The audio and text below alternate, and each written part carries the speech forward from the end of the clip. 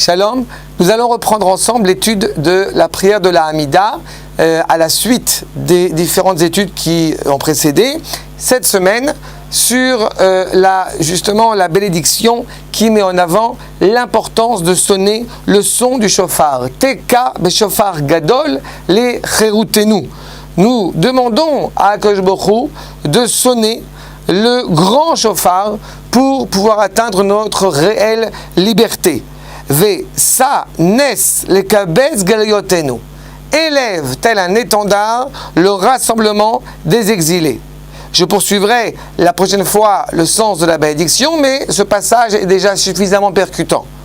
Quand nous évoquons le grand shofar, ainsi que le prophète Ishayahu, et que nous allons reciter justement à Rosh Hashanah, en mettant en évidence le fait que nous demandons à Akadosh Baruch Hu de sonner le grand shofar de la Géoula. Ce grand shofar de la Géoula, il y a un parallèle avec ce qu'enseigne la Halakha sur le fait que c'est le shofar le plus choyé, le plus élevé, celui qui vient justement du bélier, qui n'est pas sans rappeler la ligature de notre père Yitzhak Avinu, c'est-à-dire le shofar qui invoque la Torah et le retour en Eretz Israël dans une cohésion totalement authentique. Et justement, parce que nous revenons en Eretz Israël avec la Torah, puisque l'évocation suivante, c'est le rassemblement justement des exilés, des quatre coins de la terre, ce à quoi nous aspirons, ce à quoi justement, qui est l'essence même de notre espérance, c'est que des quatre coins de la terre, le peuple juif revienne